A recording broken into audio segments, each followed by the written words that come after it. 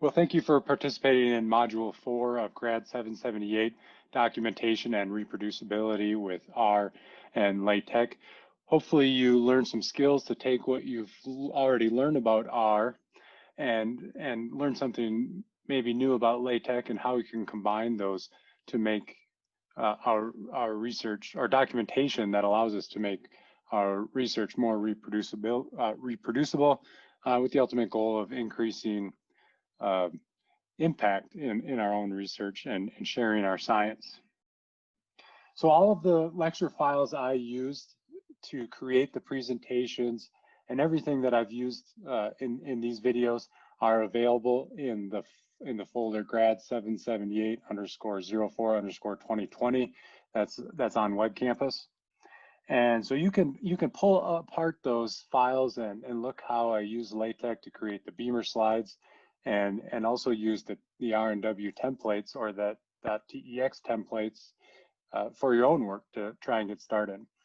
Again, the goal of this module was to introduce the concepts and provide a minimal working example, and then add some complexity to those examples.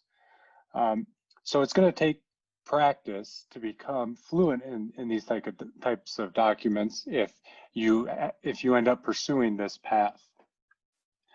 When you start to venture beyond basic scripts, you're going to have some growing pains. And that is to say, you're going to encounter a lot of errors when you try and compile these documents.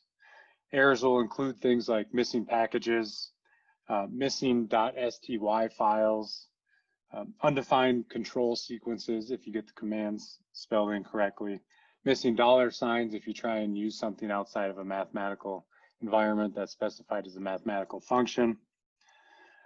When you copy and paste text from another document, such as a Word document, into a LaTeX document, oftentimes you're going to copy and paste some things that LaTeX doesn't really like, and that's a recipe for getting errors. You can do it, you just have to work through the text to make sure that it's error-free as you compile and recompile your documents to get it working. There are some really nice features about using R and LaTeX combined with knitr, and we talked about some of those features. There's a lot of other ones that we haven't talked about. I do want to mention some of the downsides to using LaTeX documentation. And one of those downsides is that compared to Word, it's used by a smaller audience. And when you're trying to collaborate with someone who doesn't use LaTeX, you can share your PDFs, and that's what I do, and that's useful. But so many people are so accustomed to using Word, when they receive a file that is not a Word document, they may send you an email back saying, can you send me this file in Word? And they want Word for a couple reasons, mainly to use track changes. So what I do is tell people to edit the Word document directly by either printing it off and just commenting right on a hard copy and then scanning it and send it back, or use Adobe Reader or Acrobat to make edits on top of the PDF and send those back. And then that brings up the other issue. Why do people like Word documents? Well, there are two really nice features about Word that are more difficult to use in LaTeX. And one is track changes. So if you send out a manuscript to collaborators and you want them to make edits and comment on it, it's very easy to use track changes to edit that document and send it back. And this has both benefits and downsides to it. The benefits is when you get that document back, you can just go through and click accept, accept, accept through the entire document, and then you've incorporated all their changes. In terms of downsides to that, if you're a student trying to learn how to structure paragraphs and scientific writing and own your skills on that, it doesn't help you to just accept all the changes without thinking about how you might actually revise the document to make those changes. So when I work with my graduate students, I write on their documents with a pen and give it to them, and they have to incorporate those changes themselves, instead of just being able to click accept, accept, accept with a Word track changes document. And I found this to be a useful learning tool. The other downside to LaTeX documents compared to Word documents is the accessibility issue. Word leads the, I'd say, the software development in terms of creating documents that can also be accessible. And this is a big deal. So there are tools in Word that allow you to make your documents more accessible in terms of script readers, font changes, and these other tools that are really, really nice. And Adobe and PDF files are behind the curve on that. And that there's a lot of room for improvement with those softwares in the future, and we hope to see those changes coming soon.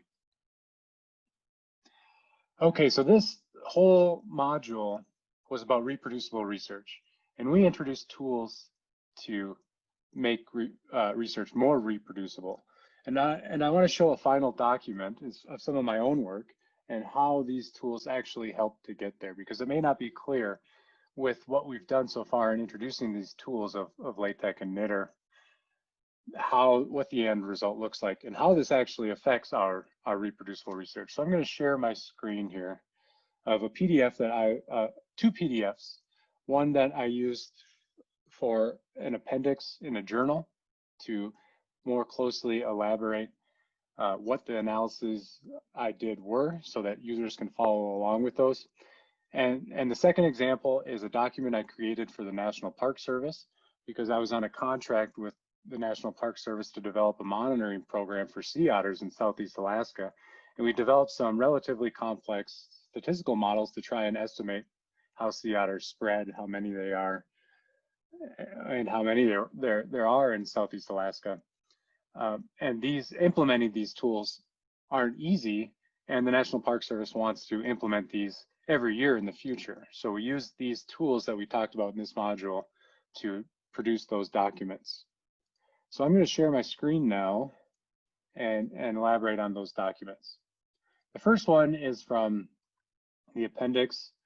This went to a journal called Diversity and Distributions, which talks about the distribution and diversity of living things. And this was on sea otters as well. So we developed this document with LaTeX.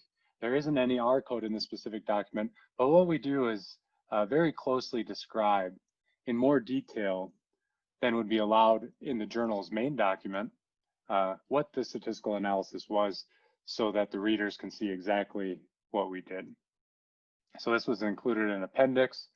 We have our statistical model here. It's a Bayesian hierarchical model that has a mechanistic process model in it that's described by a partial differential equation. And we have all of our citations here, and we have some tables and our parameter estimates. So we include this in the journal. It gives much more detail than we would have space for in the actual main document in the journal article. All right, the second one is more what we talked about today. And this is called SOP9, Estimating Occupancy and Abundance. This is a document, an official document that the National Park Service uses, specifically Glacier Bay National Park in Southeast Alaska. And they use this document to describe how they actually estimate the abundance and occupancy or distribution of sea otters throughout their national park. And we have, this is another thing that LaTeX allows us to do, to create these nice tables very easily just by using callouts like we've talked about, list of figures, list of tables.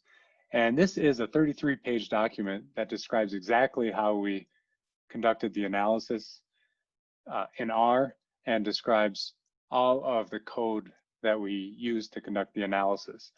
So National Park Service can use this document to first read about what is going on, including all the citations that are available there. But not only that, take our R code from our analysis that we did and rerun the analysis that they need to do. What they do is use this analysis to figure out where they're going to survey for sea otters every year. So they need to be able to fit these models and conduct these analysis on an annual basis.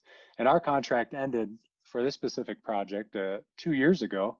So we're no longer working on this, but this is a project that they're using every year, and so they need to be able to conduct these analyses on their own. So they can take the script, run it, and they can follow along. The script will produce all these plots that they have, and they're going to be able to complete the research that we did in the manuscripts for the work that we published on this project. So all of it's built in here, along with annotated descriptions of what the code are doing. We see plots, and it's a nice way to summarize how we conducted our research. So this makes what we did more accessible to other people who may be familiar with using R, but may not be familiar with the exact models and methods that we used, so they can reproduce our research here. Okay, so thank you very much for watching these videos and your interest in this topic. It's something that's helped me out a lot to be efficient in my career. And I will be holding office hours 2 weeks from today. So that's Saturday, the 26th, and we'll say from 9 o'clock until we conclude there. So 9 o'clock until we finish, to discuss any questions or comments you have about this module, and to work on the exercise problems we presented in these videos. There may be some issues with individual computers and getting compatibility to work. I'll be less helpful in addressing those issues. That's something that YouTube or Google would be more helpful with in addressing specific problems that occur on your machine and the settings that you have. But I'm happy to help to the best that I can. So thank you, and have a good weekend.